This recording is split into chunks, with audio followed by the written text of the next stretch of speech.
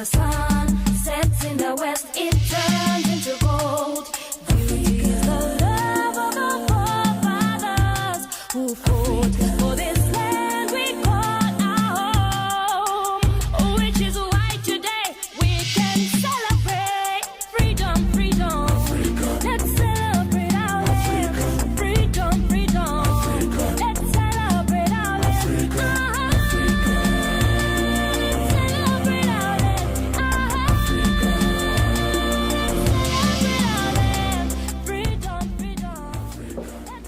I am happy to join with you today on this occasion, which marks our 60th residential. We are all aware that residential is usually a time when we share ideas. It is a time when we ask questions and get answers. And most of all, it is a time when we get to know each other. Therefore, I welcome you all to this 60th residential. A big hand once again.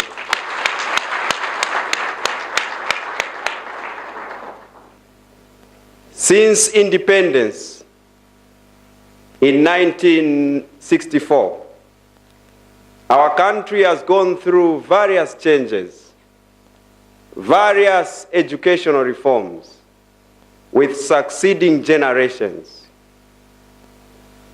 But after 50 years of independence, we are the generation that has come to believe that development can only be achieved when we truly understand our environment, when we devise the tools to deal with our environment and attain the skills of using those tools. This is evident in the call for localized education, decentralized government, and community-driven projects. After 50 years of independence, we are the generation that has seen the importance of education. This truth is self-evident in the growing number of learning institutions and students. Today, technology is rising. Markets are shifting. Fortunes are changing, and traditions are falling. These are the challenges brought forth by the new world. Therefore, this new world requires a new type of graduate, a graduate well-equipped and cultured in creativity and innovation. For the future belongs to those who generate ideas. So the Information and Communications University wants to produce such a graduate, a creative and innovative graduate. And we are in the right track. As Mr. Chengo has said, that we are developing a lot of things and we are seeing that creativity from our own students. Therefore, the Information and Communications University is quite proud of you students. My dear friends, the future of nations starts in schools. The progress of countries, peoples, and civilizations start with inspired, creative, and innovative students. Students who graduate into knowledge-seeking citizens. And it all starts from here. We want to graduate a teacher who will go into the classrooms with a greater pedigree to spark the minds of those children so they can become future great scientists and engineers. We want to graduate a business administrator who will go into the business arena and use knowledge creatively as a competitive edge in this knowledge-based economy. We want to graduate an ICT expert who will go into the Zambian community and translate the windows, develop online services, and make mobile phones an indispensable tool for e-commerce. It all starts from here.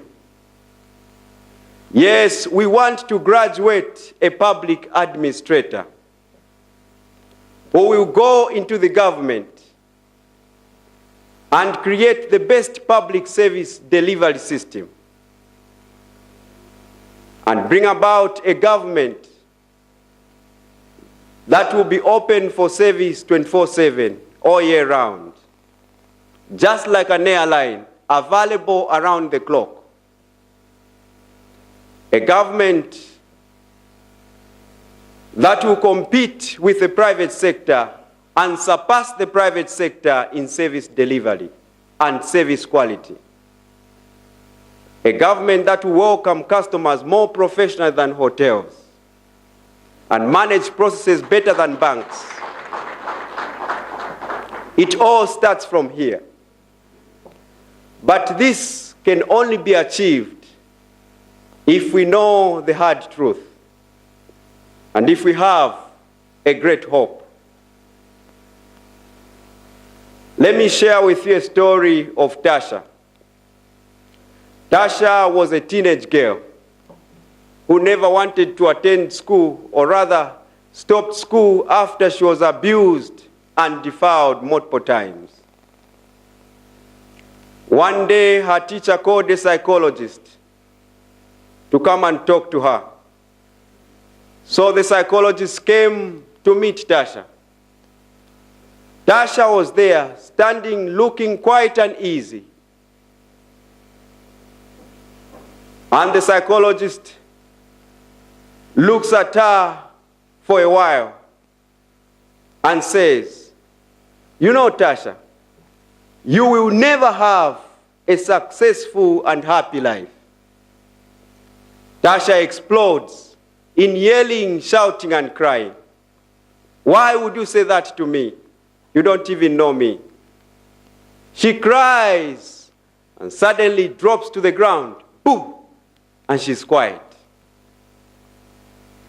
The psychologist waits for a few minutes, then walks up to her and says, But if you make it in this class today, you will someday have a successful life, a healthy relationship with your own family, your own husband, and your own children."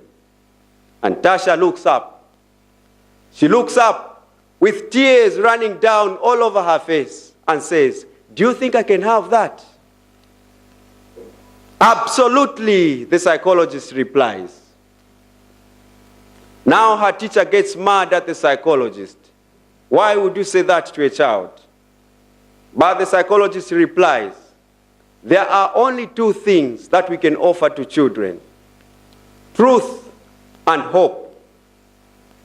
If you don't tell her the truth, she will spend her life looking for a world that doesn't exist. If you don't give her hope, she will never get out of bed at all, thinking that life is useless. Truth without hope is failure, and hope without truth is fantasy. Not knowing that you are ill doesn't make you well. And knowing that you are ill but not believing that there is a prescription only makes you hopeless. Like Tasha, we will never see a great Zambia. We will never see a prosperous Zambia. But if we make it in cultivating a culture of hard work, a culture of creativity, a culture of perseverance, and a culture of innovation, we will become the best country in Africa. This I know, this I believe.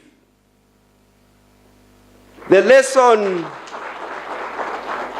to this story is this, my friends. Only in those moments when we are willing and able to confront truth at its harshest, and hope at its most powerful, that dramatic change is possible. The truth is, Zambia has not yet become the country we envision it to be. The hope is, it is actually possible to make that dramatic change. The truth is, we need an army of committed teachers, social workers, scientists, and engineers. The hope is, when we look around in this room, we can see that army is actually coming. And we are at a place where Zambia, with tears on her face, looks up and says, "Do you think I can have that?" We must become the educated people Zambia needs. Intellectuals who will be dedicated to the noble task of nation building, however hard, however humble the demand. Intellectuals who will launch Zambia firmly on the only path of selfless endeavor and transform it into a nation of great people.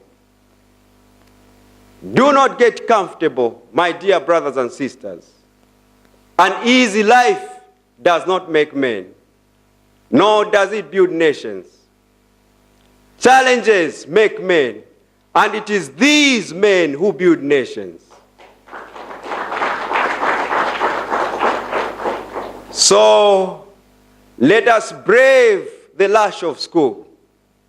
Let us endure the stormy tides of our economy until we deliver safely the great gifts to future generations. Thank you.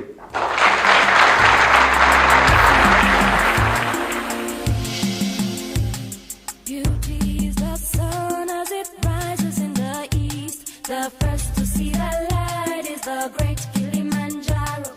Beauty is the vast land they call Sahara. As the sun